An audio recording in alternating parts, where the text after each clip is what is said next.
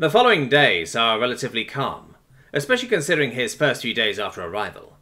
His wounds are still aching, but the giant slashes across his chest are starting to heal, and the various bruises across his whole body are slowly fading.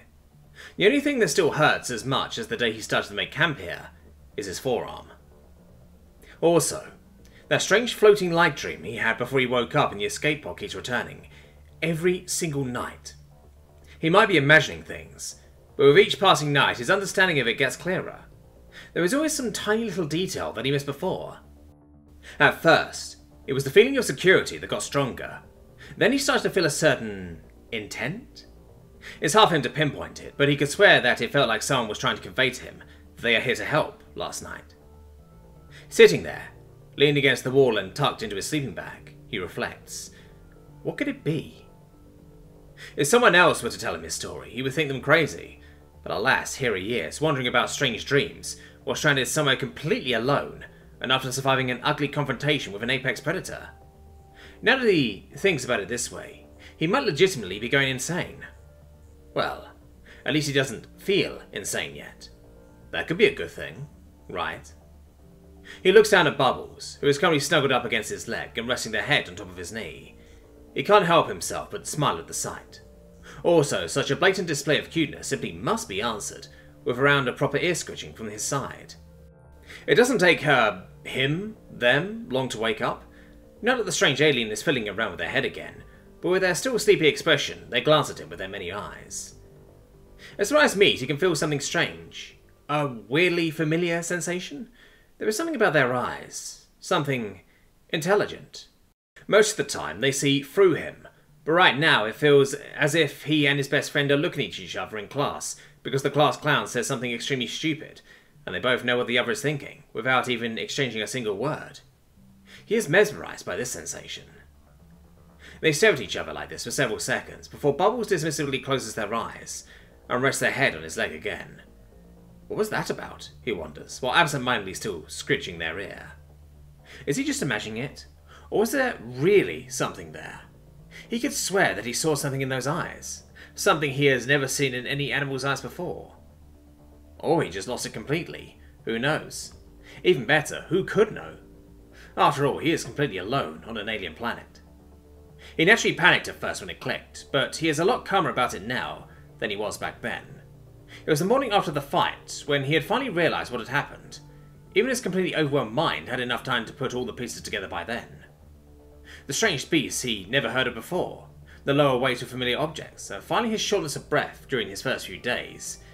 He just connected the dots and started seeing a picture. This is not Earth. There will be no rescue.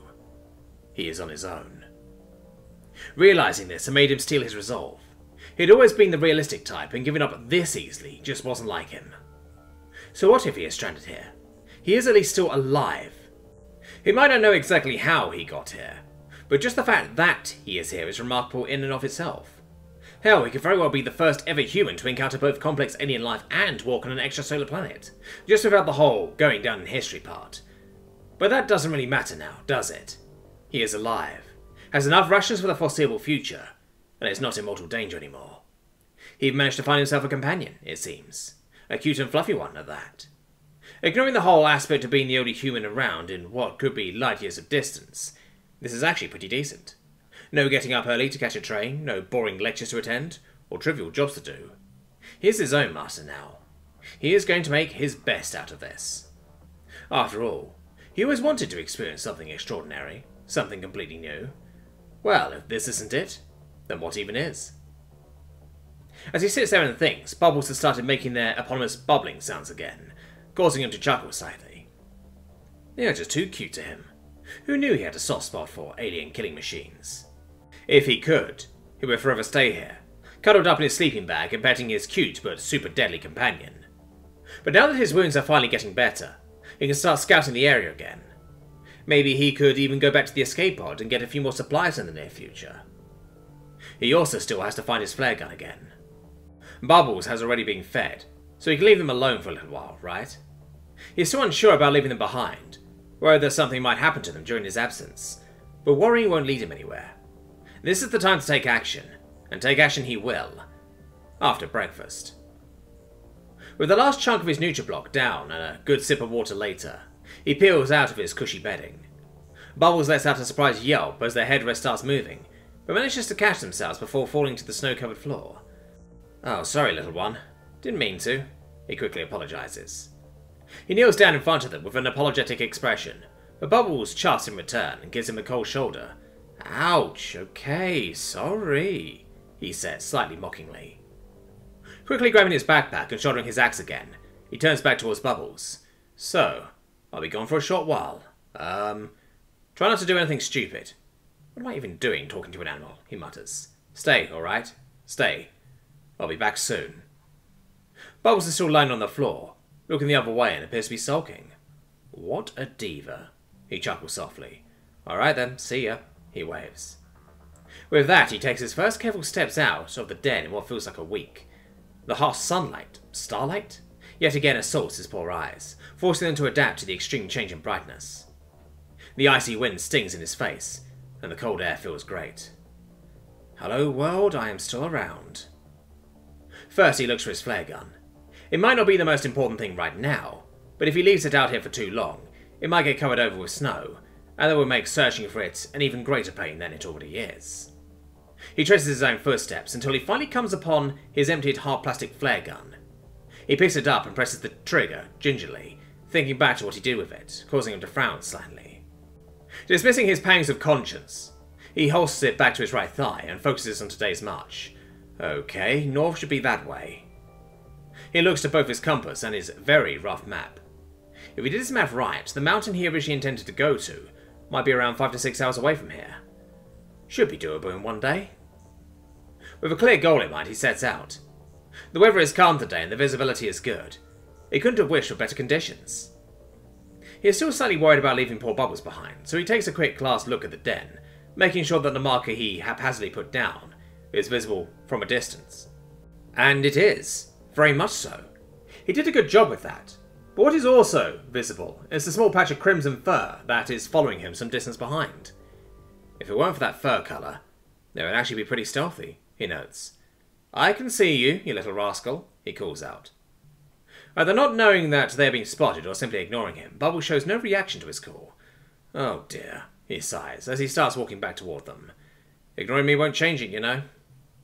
The small patch of fur still keeps completely still. Only when he comes within about an arm's length does Bubbles finally react to his presence. Apparently pretty much every species reacts the same way when they realise they are being spotted, as Bubbles flinches and makes another ridiculous yelp. "What are you doing out here, little guy?" Finally making eye contact with him, they start to whine softly. He kneels down in front of them. "Hey, scared of being left, huh?" he asks with sympathy. Bubbles steps on the spot and makes a few high-pitched whines, very much like a nervous dog. "Sorry for scaring you like that. You want to come with me instead?" He reaches out with his left hand, gently patting them on their head. Visibly scared of being separated, Bubbles gladly accepts and leans into his hand with their head, closing his eyes. "Okay, seems like I'm going to take you with me then." Judging by their size and estimated age, he concludes that they are in no way up to the task of walking such a long distance right now.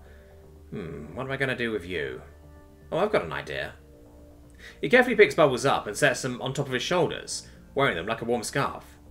To his surprise, Bubbles doesn't even complain at this. Normally animals don't like being picked up, but well, that's earth animals, gifted horse and all. "So, are we good now?" he asks, as he scratches their muzzle with his index finger. His needy companion, now resting on top of his shoulders and pressing the side of their face against his jaw, and finally, actually, this time for real, sets out for today's trip towards the mountain.